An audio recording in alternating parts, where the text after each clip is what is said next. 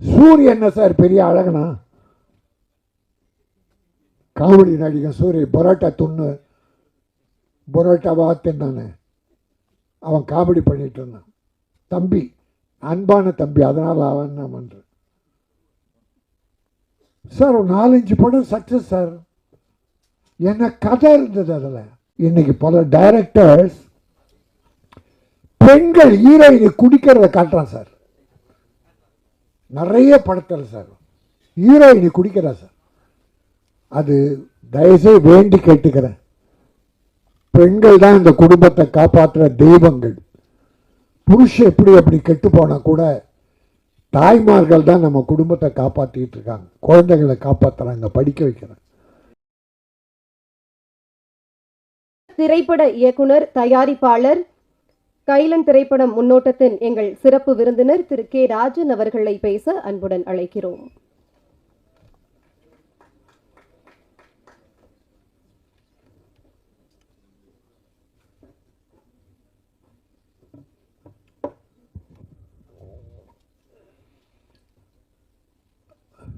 எல்லோருக்கும் வணக்கம். நாங்கள் ஏறக்குறைய நேற்று ஈவினிங் ஒரு படம் இங்கே ஆடியோ ஃபங்க்ஷன், ஒரு போன வாரம் ஆடியோ ஃபங்க்ஷன். பாக்யராஜ் சாரை நானும் இந்த ஒரு வருஷத்தில் மட்டும் ஒரு 25 படம் கலந்துட்டுருக்கோம். அவர் சின்ன படங்கள்லாம் வாழ்த்துறதுக்கு மகிழ்ச்சியோடு வந்துடுவார். பெரிய இந்த பந்தாகந்தான் இந்த வேலையே கிடையாது. இப்போ நான் வந்திருக்கேன், இது அந்த மாதிரி ஒரு 100 படம் வந்திருப்பேன் இந்த ஒரு வருஷத்தில். என்னுடைய சகோதரர்கள், நண்பர்கள், சக தயாரிப்பாளர்கள் வாழ்த்து கூப்பிடும்போது ஆழ் மனதிலிருந்து வாழ்த்தி இந்த படம் வெற்றி பெறணும் அப்படின்னு வாழ்த்துவோம். ஆனால் இந்த படம் என்னன்னா, அது என் படம். கைலன் என்பது என் சொந்த படம், என் புள்ள தயாரிச்ச படம். அவன் ஏறக்குறைய 1991 என் வீட்டுக்கு ஸ்கூலுக்கு வந்தான். வண்ணாரப்பேட்டையில் காமராஜ் மெட்ரிகுலேஷன் ஸ்கூல்னு ஒன்று நடத்துகிறேன். அப்போ தமிழ்நாடு மெட்ரிகுலேஷன் ஸ்கூல்ஸுடைய தலைவர் ஒரு தம்பி திடீர்னு ஒரு 12:45 1 மணி இருக்கும், மீட்டிங் முடிக்கிறோம், ஜனகணமனதி பாட நிற்கிறோம். ஜனன்னு ஆரம்பித்த உடனே சார் சார் ஒரு நிமிஷம்னு குரல் பார்த்தா விடான்னு இன்றைக்கி ஒரு மாதிரியாக இருக்கார். அன்னைக்கு காத்தடிச்சா விழுந்துருவான்.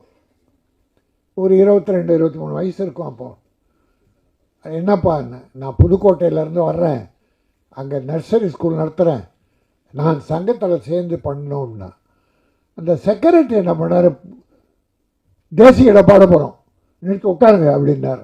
நான் சொன்னேன், இருப்பா, ஒரு புள்ள புதுக்கோட்டையிலேருந்து வந்திருக்கு, பஸ்ஸர் எவ்வளோ சிரமப்பட்டு எவ்வளோ ஆர்வம் வந்திருக்கான், ஜனகணமன பாடினான்னா அந்த தம்பி பேசிட்டு அப்புறம் பாடலாம் அப்படின்னு தம்பியை பேச விட்டா தீப்பொறி மாதிரி பறந்துட்டான். பேச்சு தீப்பொறி மாதிரி பறந்துருச்சு. அன்னைக்கு வச்ச இவன் சாதாரண ஆள் இல்லை, பெரிய ஆள்.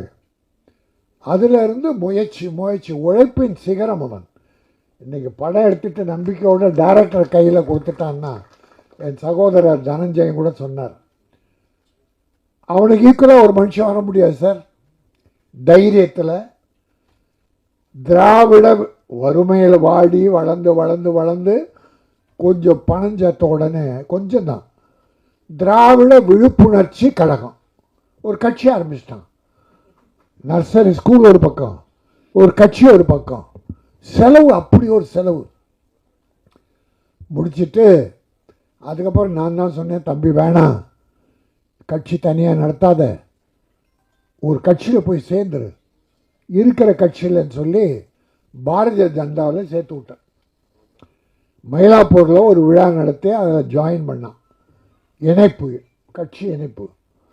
பிறகு பாரதிய ஜனதாவில் துணைத் தலைவர் கொடுத்துட்டாங்க. இன்ட்ரெஸ்டிங்காக இருக்கும், அதனால் சொல்கிறேன்.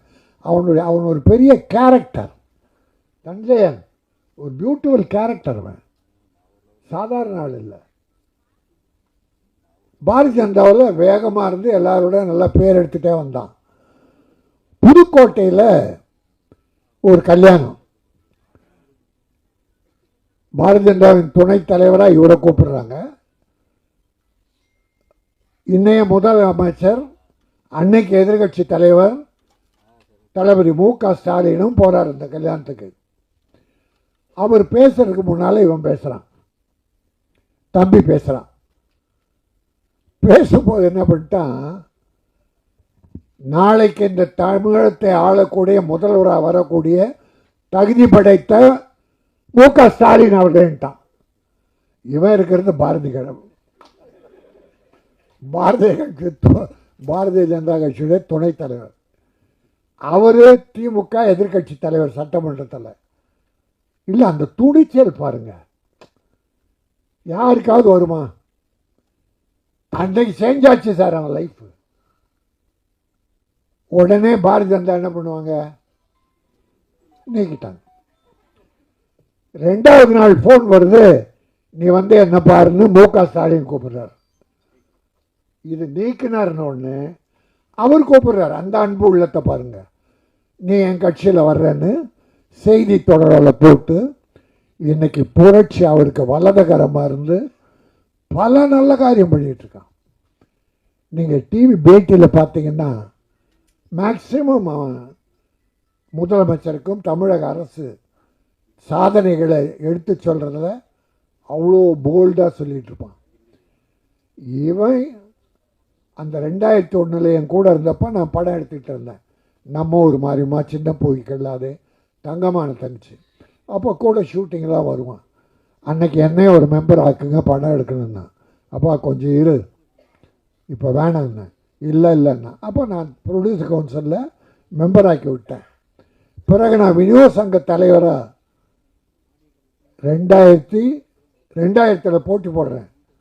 அப்போ அங்கே ஒரு தலைவர் சர்வாதிகாரம் சினிமாவையே ஆட்டி படைக்கிறார். 17 வருஷமாக அவரே தலைவர்.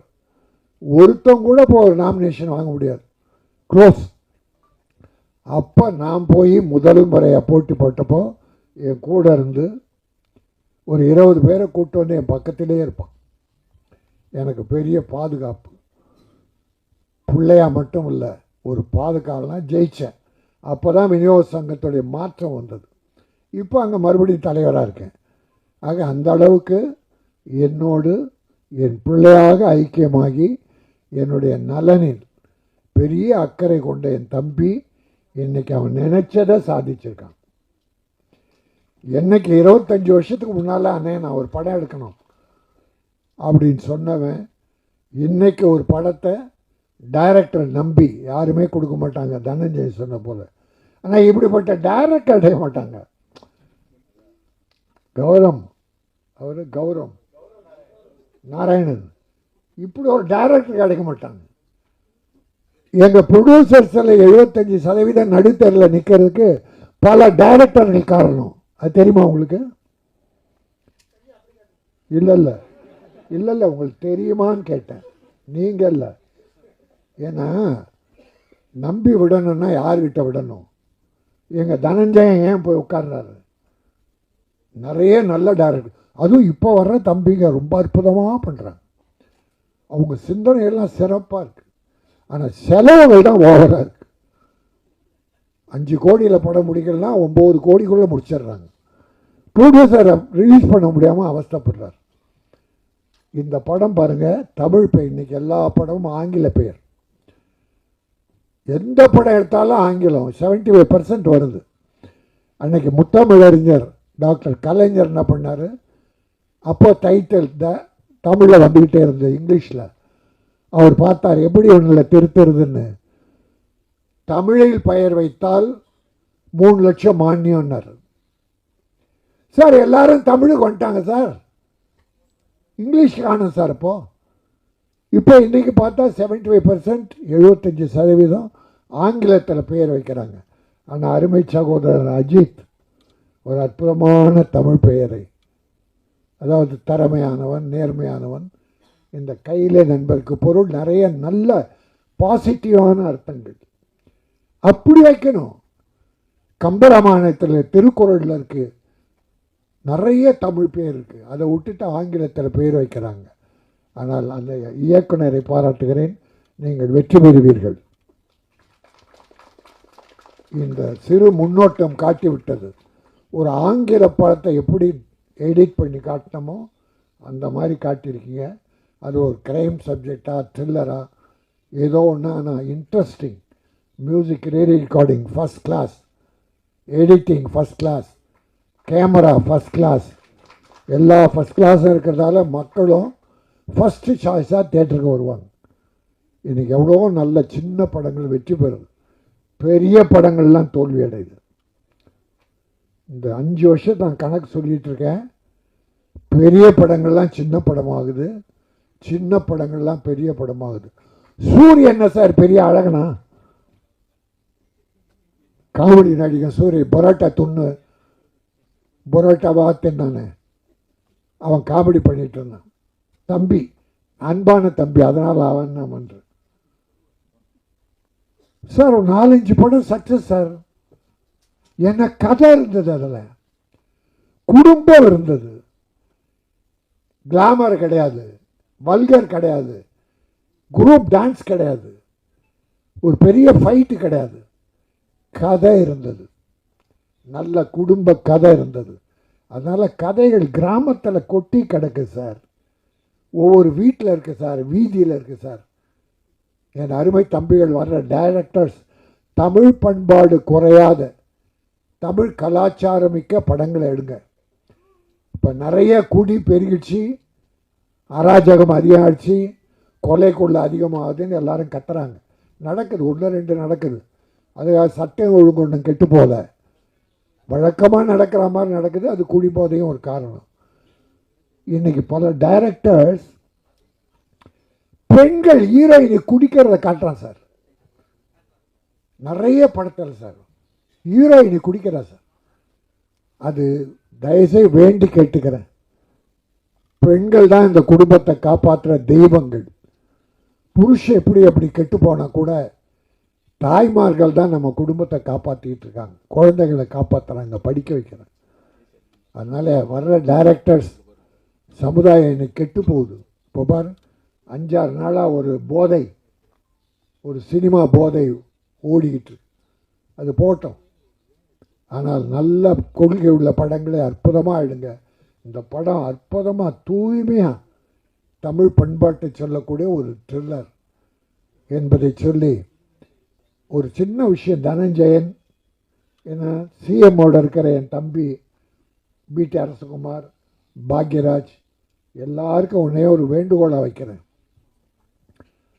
200 கோடி 300 கோடி 100 கோடி சம்பளம் வாங்கி 500 கோடியில் படம் எடுக்கிற படத்துக்கும் வேலை செய்கிற தொழிலாளருக்கு அந்த 1500, 2000, 5000 சம்பளம். இந்த படம் எவ்வளோன்னு கேட்டேன், 2 கோடி. நியாயமான செலவு. தப்பு? அற்புதம் தம்பி. எத்தனை நாள் ஷூட்டிங் கேட்டேன், 34 நாள். பிரமாதம். அதை விட ஒன்றும் குறைச்சி பண்ண முடியாது. இதை வேலை செய்தாங்க தொழிலாளி, 2 கோடி மொத்தத்தை படம். எவ்வளோ சம்பளம் கொடுத்தோம்? அந்த 300 கோடியில் தயாரிக்கிற படம் வேலை பார்க்குறாங்க தொழிலாளி, 100 கோடி 200 கோடி சம்பளம் வாங்குற ஹீரோ, அந்த தொழிலாளிக்கும் இதே சம்பளம். இந்த 302 கோடியில் படம் எடுக்கிறவங்களும் ஒரே சம்பளம். சரி, 500 கோடியில் எடுத்த படம் தேட்டரில் போகும்போது 150 ரூபா டிக்கெட்டு, 100 ரூபா டிக்கெட்டு. இந்த கையிலனுக்கும் 200 ரூபா, 100 ரூபா டிக்கெட்டு, 150 ரூபா. எப்படி ஏழைங்க படம் பார்க்க வருவாங்க இந்த படத்துக்கு?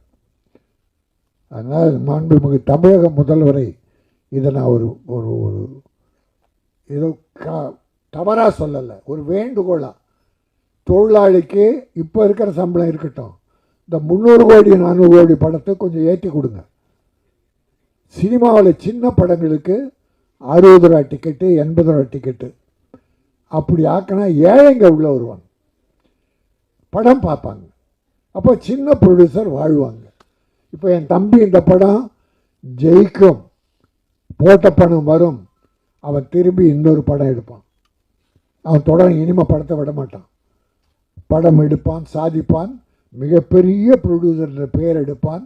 நான் அவன் கூட ஒரு சின்ன வேஷத்தில் நடிப்பேன். கொடுப்பியா? இந்த கைலன் மிகப்பெரிய வெற்றி பெற வேண்டும். இதில் நடித்தவர்கள் பாருங்க, நிறைய படத்தில் ஹீரோயினிங்க வரவே மாட்டாங்க ஆடியோ ஃபங்க்ஷனுக்கு. இதில் நடித்த நடிகர்லாம் வந்திருக்காங்க. உங்களை நான் வாழ்த்துகிறேன். போகணும் படம், நீங்கள் நடித்த படம்னா அந்த ப்ரமோஷனுக்கு போகணும். ஹீரோயின் நான் போக மாட்டேன், அதுக்கு பணம் கேட்குறாங்க சார். சம்பளம் வாங்குறது டப்பிங்கு முன்னால் சம்பளம் வாங்கிடுறான். ப்ரொடியூசரை கேடு கட்டாலும் பரவாயில்ல, எனக்கு நீ டப்பிங்கு முன்னால் பணத்தை விட்டுன்னு வாங்கிடுறான். ப்ரொமோஷன் கூப்பிட்டா அதுக்கு 5 லட்சம் 10 லட்சம் கேட்குறாங்க சார். இந்த அக்கிரமெல்லாம் ஒழியணும், நல்லது நடக்கணும், சினிமா செழிக்கணும், ஆடியன்ஸுக்கு நல்ல படங்களை கொடுக்கணும். அந்த வரிசையில் கைலன் மிகப்பெரிய வெற்றி பெற்று சாதனை படைக்கணும். என் தம்பி பிடி அரசகுமார் அரசியல்வாதியாக மட்டுமல்லாமல் ஒரு நல்ல தயாரிப்பாளர்கள் வளரும். என்னுடைய வாழ்த்துக்கள். நன்றி, வணக்கம்.